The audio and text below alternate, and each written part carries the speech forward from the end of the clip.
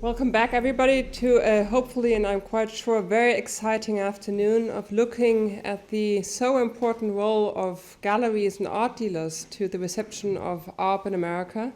And we heard this morning already in his own words how extremely important the American art market was for him when he said, the only place I sell anything is in America.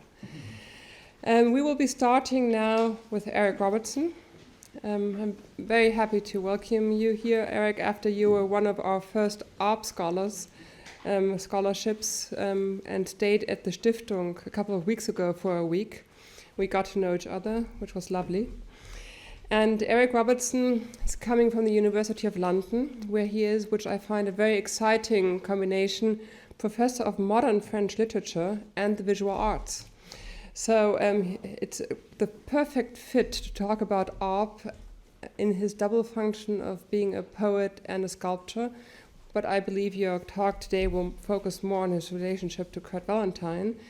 But Eric is in the process of preparing an exhibition with the Hepworth Wakefield, which is planned to open in 2017 under the title The Poetry of Forms, exactly exploring this double role of Arp as a poet and a sculptor. And we're not only looking forward to that, but also now to your talk.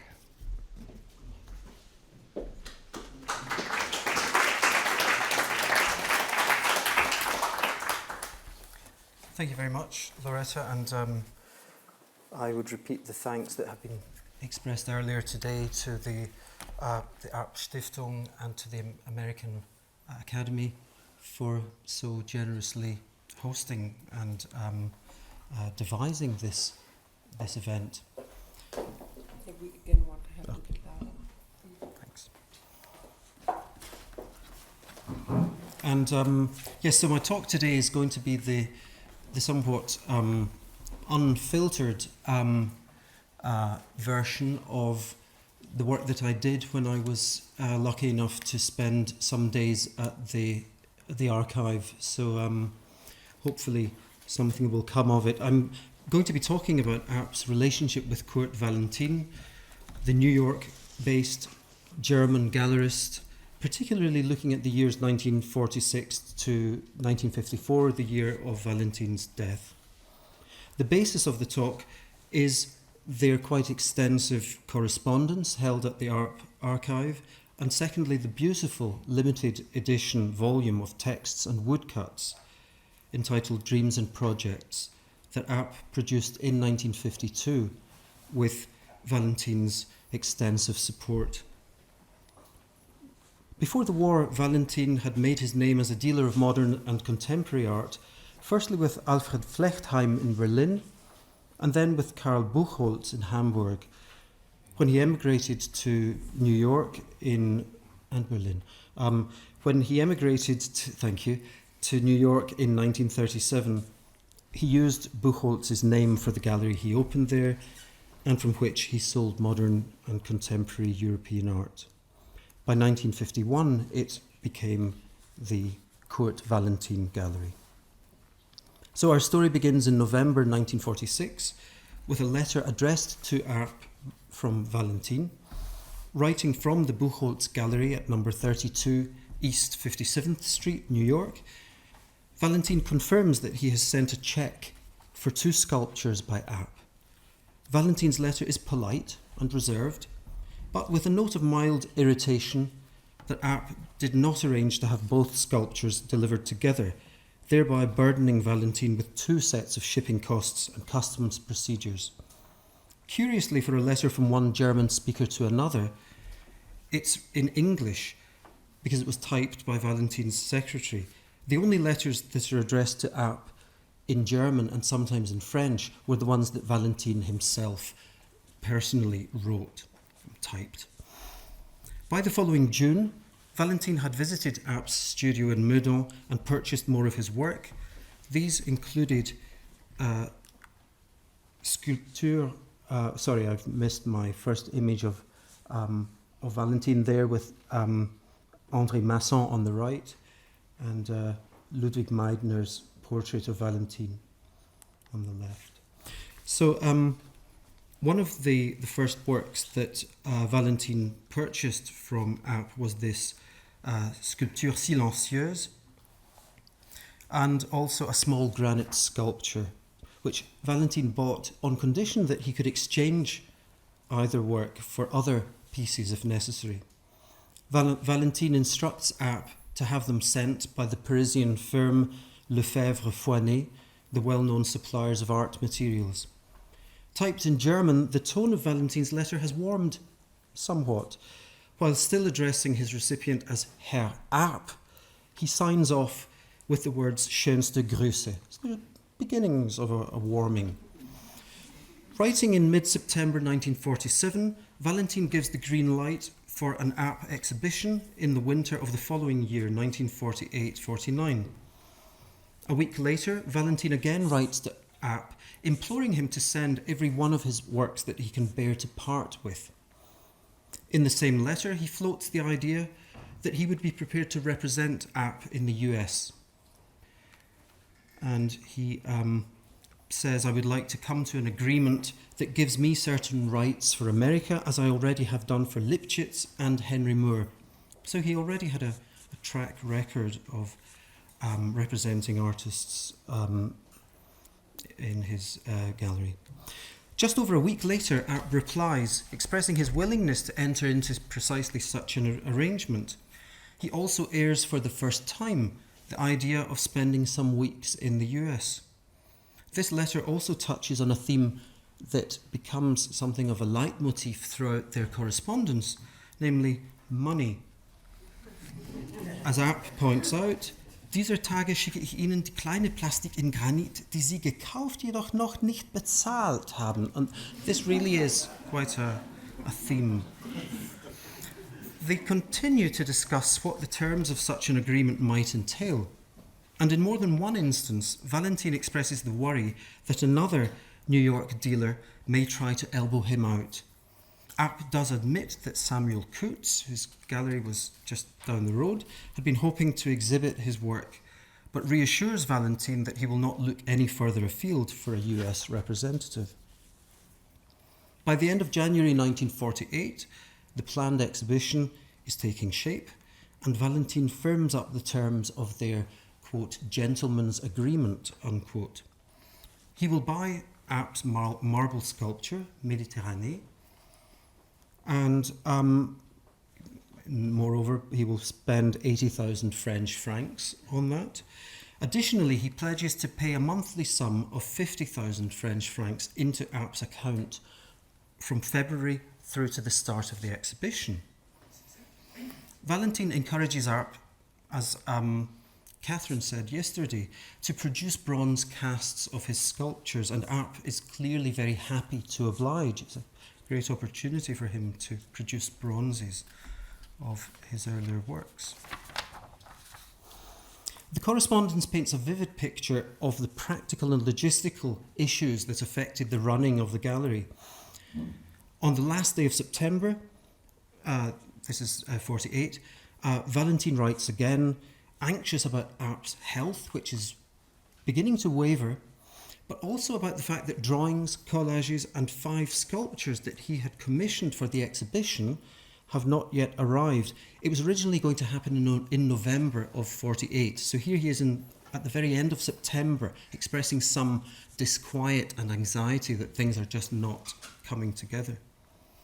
Valentin is also concerned about Arp's dealings with Sidney Janis around the latter's planned exhibition of work by Arp and Teuber, and Arp does his best to placate Valentin, that he's not going to abandon him.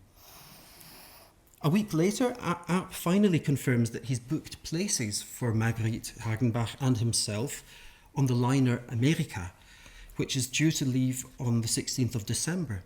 So in light of this news, Valentin decides to postpone the start of the exhibition until January of 1949. Throughout October, Arp and Valentin haggle over the price that Arp should charge for his work. Arp is worried that he will make no money out of his trip to the US. Valentin, on the other hand, thinks that Arp is hiking his prices a little bit too much. Valentin estimates that Arp's revised prices in dollars are around 40% higher than their equivalent, than the original sums in French francs. As the day of the opening nears, further problems arise. Arp's sculpture Étoile arrives in New York having broken off from its base, which originally was a marble base. Valentin is unhappy with Jean Catelin's English translation of Arp's preface for the exhibition catalogue, and this news upsets Arp, who considers Catelin to be a friend and a thoroughly reliable writer. Valentin's views on Catelin's translation are quite clear, and you can read them there. Reading Catelin, you would think I'm putting together an exhibition of verses that snake their way along the walls, but I wanted to do an exhibition of sculptures.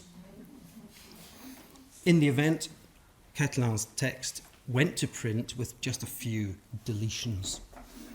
The exhibition featured some 45 works, of which roughly half were sculptures and the remainder collages and reliefs. It was highly successful, and Arp's presence at the opening no doubt helped to boost the sales. Arp's stay in New York clearly cemented their relationship, the relationship between artist and dealer. The correspondence reflects this quite clearly, even if Valentin repeatedly and variously misspells the address of Arp's Meudon home, and Arp repeatedly misspells Valentin's first name, a new level of informality does enter their correspondence. They start to address each other as du, and Valentin invents a whole string of nicknames for Marguerite by punning on her surname. So she becomes Hagenbachlein, Hagenstrom, Madame Ruisseau de Hagen. And Arp starts addressing Valentin as Lieber, a nice bilingual form of address, Cher Monsieur, Lieber Freund, and so on. So it's clear that their relationship has really gone beyond a dry professional one. Valentin's energetic promotion of Arp was clearly instrumental in establishing the latter's reputation in the US, just as it had been for Henry Moore and others. And this seems to have triggered a growing awareness of Arp's work in the wider international sphere, so not just in the States, but in the wider international arena. In the wake of the exhibition, Valentin reports to Arp that he has made many sales, and Arp too is able to announce that the Musée d'Art Moderne in Paris has bought one of his sculptures. He's also sold Interregnum, which Brandon showed us earlier. He sold that to Nelson Rockefeller, no less.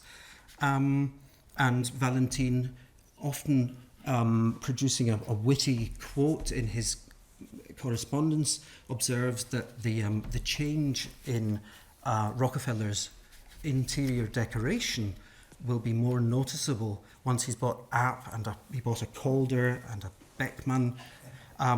So the change in his interior decoration will be greater than the impact it will make on his wallet. So Valentin again is referring to the whole financial transaction underpinning these sales. In April 1950, Arp received an invitation to exhibit 5 sculptures at the Venice Biennale. The following year, the Tate Gallery would buy Pagoda Fruit. So it's against this background of growing international acclaim that their next collaborative undertaking, the book Dreams and Projects, would take shape. Curiously, neither Arp's burgeoning success nor their growing friendship prevented Arp from sending Valentin, on occasion, quite strongly worded letters, complaining about Valentin's slowness to pay him. I've got a slide that I'm just going to pass over it. Just before I get to the correspondence, on the right, Max Ernst popped into the gallery and took away the Groupe Méditerranéen, had it taken away in exchange for one of his pieces. So that was where it went first. So back to the correspondence. And Arp on occasion showed a certain lack of patience in dealing with Valentin, and once or twice Valentin's patience cracks. And so on one occasion with a wonderful, quite poetic neologism. I don't think I really need to read this one out, but you get the picture. But I love the tenderness with which Valentin makes his feelings quite clearly felt. I think it's a beautiful balance. And he does go on to make another point that, he has been there for Arp. He has been the one who has been buying his work. And so, he makes his point quite clear and in a quite entertaining way. Now, in spite of these moments of tension, their creative partnership continued, and in September 1951, we find Arp's first reference to a book publication, which he refers to as unsere Mappe, our album. This form has precedence in his work, of course, including the Arp Mappe. I'm just going to skip another one there.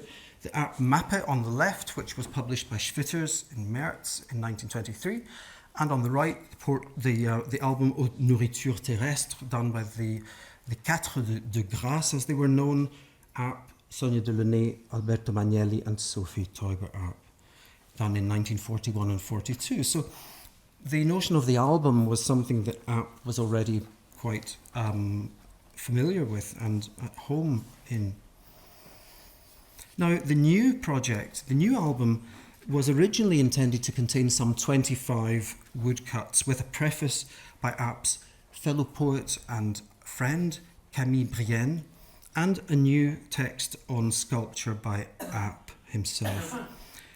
Agathe Mareuge has recently uncovered the fact that the original title of the publication, and presumably the original intention of this new album, was for it to be in German. But curiously enough, Valentin suggests in a letter to Arp that he might want his texts to appear only in French. So clearly the question of which language should be used for the texts that would be included in this album was open to some uncertainty. In the event, and no doubt on my way, the publication that Brandon was already discussing this morning influenced the decision for it to appear in 3 languages, so Arp's French and German texts and Ralph Mannheim's English translations. Writing to Mannheim at the end of 1951, Valentin states, "The French title of this book is Chemins et Projets. For the time being, we translated it Ways and Projects, which I'm sure is wrong." But just a month later, Arp writes to Mannheim telling him that he's changed the title to Projets et Rêves, Projects and Dreams. So it's still not reached its definitive title. And in the same letter, he sends Mannheim the 5 short texts, beautiful short texts in French and German that will serve as the basis for the textual part of this book. And this is one of the things that makes it different from Arp's other albums. Its textual element is quite significant. Now, 2 defining characteristics of an artist's book, and I'm just going to allow you to look at the title page there. So 2 defining characteristics of an artist's book are, firstly, that it should have aesthetic as well as literary value, and secondly, that the artist should be involved throughout the entire process, from conception through to printing. And this is certainly true of Dreams and Projects. The process leading to its publication reveals a degree of perfectionism that may surprise those familiar with Arp's Dada-era insouciance towards accident and error. In liaising with the Parisian printers Féquet et Baudier, Arp shows a very high level of care over the formatting of the book. In late January 1952, Marguerite Hagenbach, writing on Arp's behalf to Monsieur Baudier, requests that titles be changed, but also states that 3 plates have very minor imperfections that require rectification. So Arp really was a very careful participant in the whole mise en page of this project. He even requests the dimensions of one plate to the nearest millimetre. So, there's a quite surprising level of real close scrutiny of the draft. That being said, the erstwhile Dadaist does reveal a lingering openness to the workings of chance. So Arp of old hasn't entirely disappeared. The printing process had led to 2 woodcuts inadvertently having imprecise and blurred borders, and Arp saw that and loved it, and asked the printers if they could try and repeat that accident, and unfortunately they couldn't, so it actually ended up with quite neat borders. But it's interesting that Arp was quite keen to explore this accidental evolution of the work. Marguerite writes to Valentin saying that Arp is working night and day at the printers. The book, in the end, was ready to go to press by March 1952, but it had taken its toll. Before the book was ready, Arp had been hospitalised with one of what would be a series of heart scares. And just in passing, because we're somewhat neglecting Valentin in this discussion, he too started to suffer from health problems, including a pulmonary embolism. But, in both cases, their work rate does not seem to have slackened off. It's really quite extraordinary. The illness just does not hold them back. Anyway, so this livre d'artiste, this beautiful artist's book, in its luxury edition, which is a proud element in the collection of the archives, beautiful piece, is a box folder containing unbound sheets. So there's no stitching, the sheets are loose, which justify Arp's description of it as a mappe or album rather than as a book. Book is the term that Valentin uses when he describes it. The title page in English alone leads on to Arp's 5 short texts in the 3 languages. The printers referred in correspondence to these texts as a preface, but they're no such thing. They don't describe or present the artworks that will follow. Instead, they create surreal and quite loose associations that we do encounter when we confront the images. So there's a rather looser relationship between the textual element and the visual. And we encounter a very familiar array of Arpian objects that trace us back to the object language reliefs of the 1920s. So we encounter eyes, hats, birds, and navels, both in the texts and in the images. Arp evokes a world inhabited by stars that write, night birds that read, amphoras with moustaches, wandering flowers, speaking eyes, eggs that wear glasses, and clouds that turn into cravats. So it's business as usual in the world of Arp.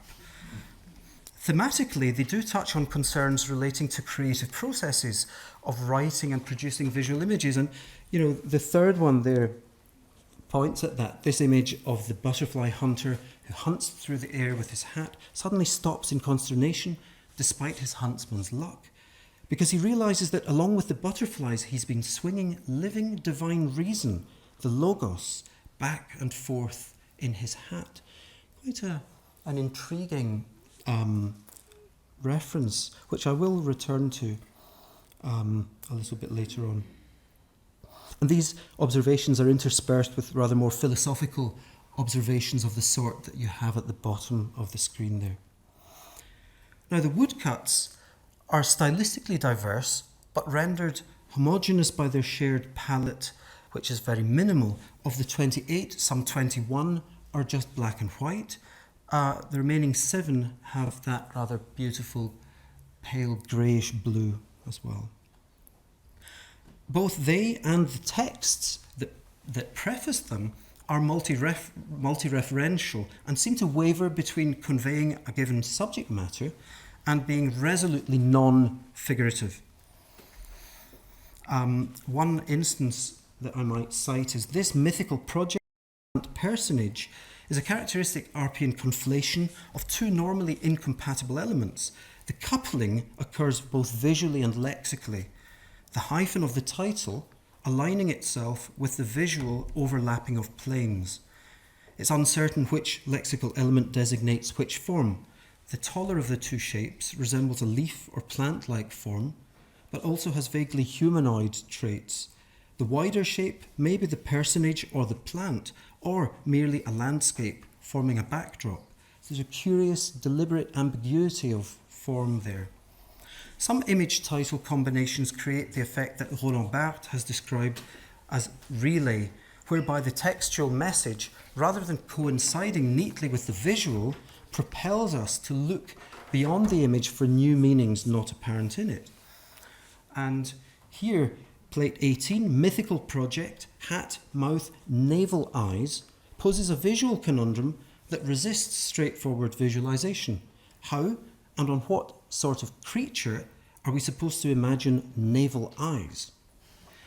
And the identity of the mouth is indeterminate. Is it the downturned lozenge-shaped, sort of sausage-like element in the lower half there? Or is it the kind of snout-like thing at the top? If we were to turn this 90 degrees to the right, you might have a sort of animalistic mouth or snout.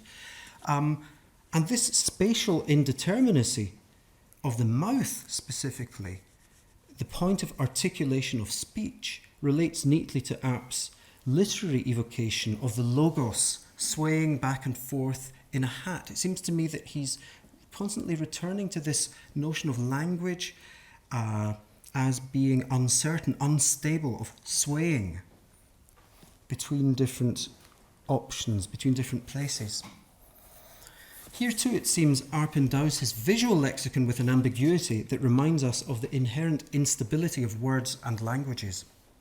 And this instability at times is apparent in ways that Arp probably didn't welcome. For instance, in Mannheim's English translation, I don't know about you, but telescope doesn't seem here to be the best translation of lunette or brille.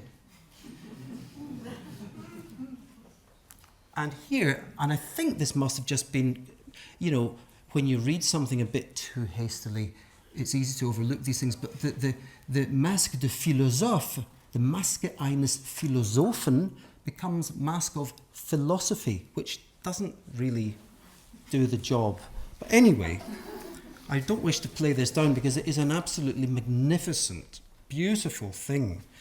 And those imperfections actually just remind us that this is a beautiful human creation and deserves to be considered, I think, as one of the most beautiful fruits of Arp's and Valentin's collaboration, but also one of the most successful collaborations between the two Arps, Arp the poet and Arp the artist. So what was the fate of this book? Well, that's quite interesting. And I can sum it up very briefly, which is that not very much happened to this book in terms of sales, and that itself provides us with lots of entertaining exchanges of correspondence. Clearly, Arp is interested to know how the sales are going, and Valentin repeatedly says, well, this is how much it cost to make, and this is how much we've made from sales of the book. So that is a running theme of that part of their correspondence.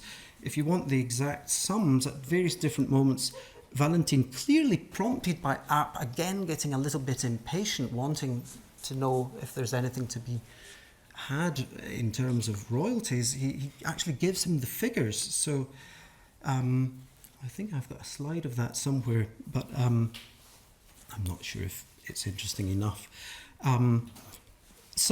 But Valentin writes a beautiful message to Arp in which he says, geliebter Bube, we've got this, he says, I'm great at making books, but I'm not so good at selling them. And he describes beautifully, very lyrically, a skyscraper of unsold books. And he says, this is not going to give either of us any money at all, but maybe our grandchildren will thank us. And, so anyway, so even if this wasn't a commercial success, it was most definitely an artistic one. And actually, they didn't need to worry too much about the relative lack of commercial success for this. They had other fish to fry. Valentin hosted the second exhibition of Arp's work from the 2nd to the 27th of March 1954, which helped to further cement Arp's reputation in the US and further afield. And of course that year, 1954, Arp would be awarded the International Prize for Sculpture at the Venice Biennale. Now, the run-up to the opening of the 1954 exhibition reveals the huge stress levels that accompanied the whole preparation. Just a few weeks before the opening, so this is February 1954, Valentin writes to Marguerite Hagenbach, "I'm really getting desperate about the mix-up regarding the sculpture which is still to come. One of the reasons for all the confusion," he says, "is that Arp changes his titles too often. It makes it very difficult to keep the records straight." The following day, rather ominously, Valentin is too ill to write, but he still instructs his secretary, Jane Wade, to write to Arp, chasing up some wood reliefs that he hadn't yet sent for the exhibition. But 2 days later, it transpires that it wasn't Arp who had changed the titles of his sculptures. It was Maurice Lefebvre-Foinet, the expediter, the sender.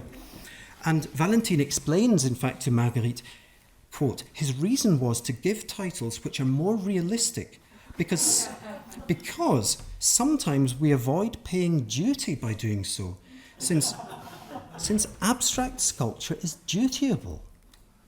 So, however, he goes on, "Maurice could have told me about it and the confusion wouldn't have occurred." So, he had this. So the sculptures were in fact there, but he thought he was still waiting for some other sculptures with different names. He also, just days before the exhibition was about to start, a page of the introductory text went missing. And Valentin urgently contacts Arp, who then goes from Paris to Bâle just to get another copy of this. And then Valentin comes across the missing page. All is well, the thing was printed and the exhibition took place and it was another great success. But rather poignantly, it would be one of Valentin's last. He had a fatal heart attack only 5 months later. His death undoubtedly hastened by his unrelenting and frenetic work rate. And I'm just going to conclude by just thinking a little bit about what this leaves us with. And I think that what mattered to Arp and also to Valentin, more than the money and more than anything else, was the fact that as a human experience, they both gained a great deal from this relationship. Their shared deep understanding of art and their, I think, shared sensibility allowed them to turn a business relationship into a genuine friendship. And it's really touching to see some of the things that Valentin sends Arp. And this is a beauty, I think. He takes Time magazine, and I'm not sure if you can read it, but on the right-hand side there, let's look at the facts about tin. He has done a little graffito. He's turned tin into Valentin, and he has annotated on the left-hand page there where you can possibly see the title From One Businessman to Another. Clearly Valentin is referring to himself and Arp, and he, because he's signed it, or he's put his initial there, but he has no hesitation at all in sending to Arp this review of an exhibition which tells us that Philadelphians saw a tortured bronze growth by Francis Jean Arp that looks like a fractured ham bone. And messages of that sort just show the level of trust and mutual, I think, affection that they had for one another. And Arp, for his part, on occasion, writes some, I think, very touching things about Valentin. And for the catalogue of that second exhibition, the last serious collaboration that they would have before Valentin's death, Arp produced an introductory essay that Valentin praised as extraordinary and extraordinarily beautiful. And it ends with words that kind of relate neatly to this idea of dreams and projects. And I think they sum up, on the one hand, Arp's views on art, but also, poignantly, they suggest something about his relationship with Valentin. And I'm just going to end with these words. Quote, "I prefer to think of the artist's work as dreams rather than work. Love also is more likely to be called dream than work." Thank you.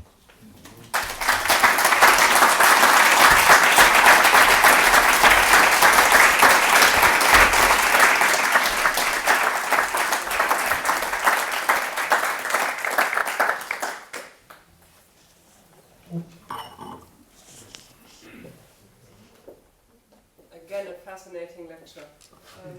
Thank you, Karen. Questions?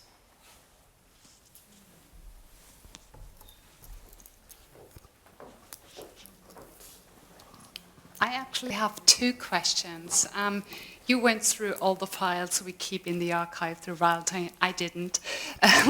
But do you know when and how they got to know each other, Valentin and Arp?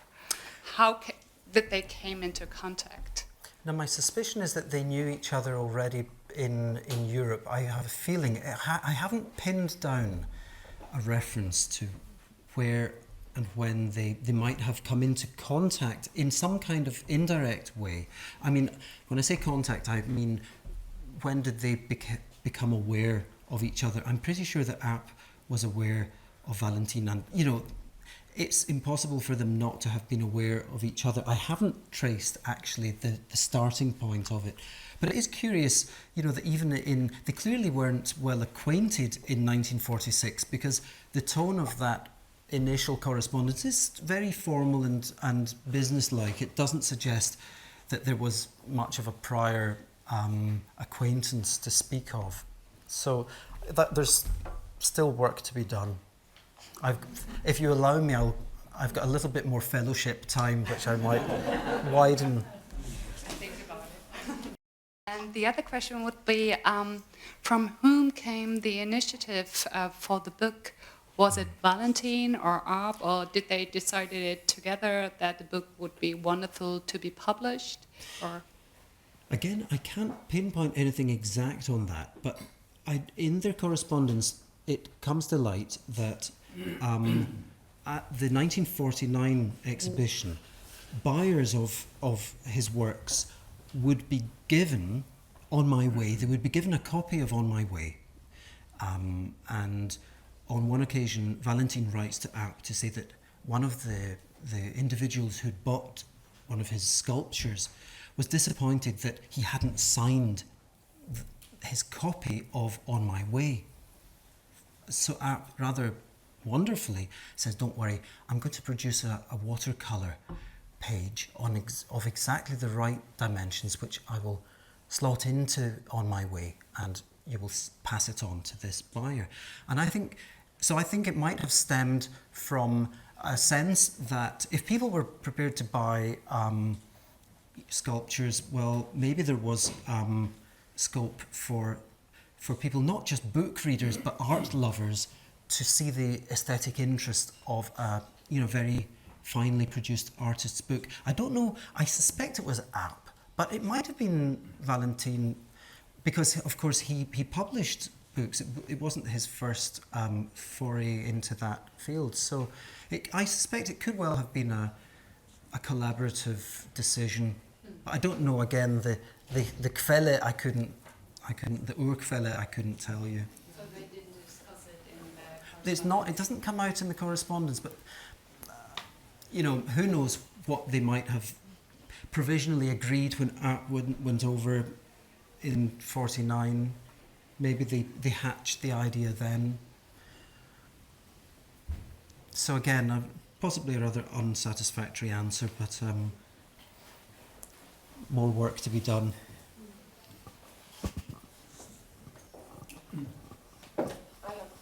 I have a question. The last 5 years of the work, the collaboration of Valentine and Arp overlaps with the beginning collaboration of Sidney Janis with Arp. Is there any reference to that beginning other gallery relation? And is Valentine happy with it or a bit disturbed because of it? Did you read anything on that? He was definitely aware of the risk that Arp would jump ship, and Arp does go to some lengths. When the Teuber Arp show happened at the Janus Gallery, Arp does reassure Valentin that he mustn't worry. Arp is not going to let him down. He's going to honour their gentleman's agreement. And Arp's rationale is that this is not an Arp show, it's an Arp Teuber show. So that's his line in that particular regard. But yeah, I mean, you can see why for Valentin there would be, well, he clearly does want Arp to feel that Valentin is his man in the US for that period. There's a question there.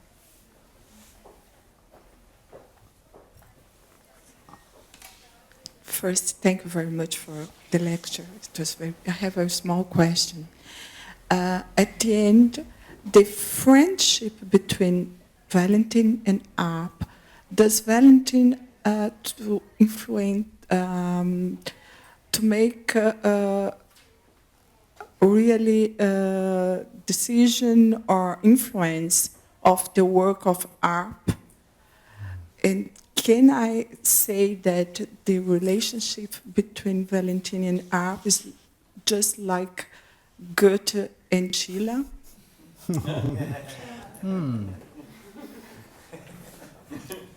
Well, they were both clearly creative in their own respective fields, and they did have a similar work ethos, I suppose, and in that respect are very compatible. But just as to whether Valentin had an influence, he clearly did his best to encourage Arp to focus on the bronzes. That does come across quite clearly. And he also repeatedly encourages Arp to continue sending him collage works and other pieces. So he doesn't specify which pieces. And in fact, I think Valentin was happy with whatever Arp sent him.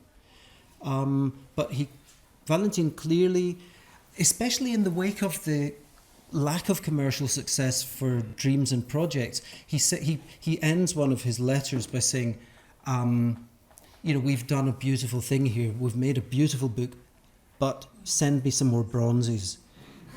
So for obvious reasons, that was commercially a much more viable way of operating. So, but in terms of aesthetic choices, I don't think Valentin saw that as his place. Thank you very much. Thank you. Okay. Thank you so much, Eric. Thank you.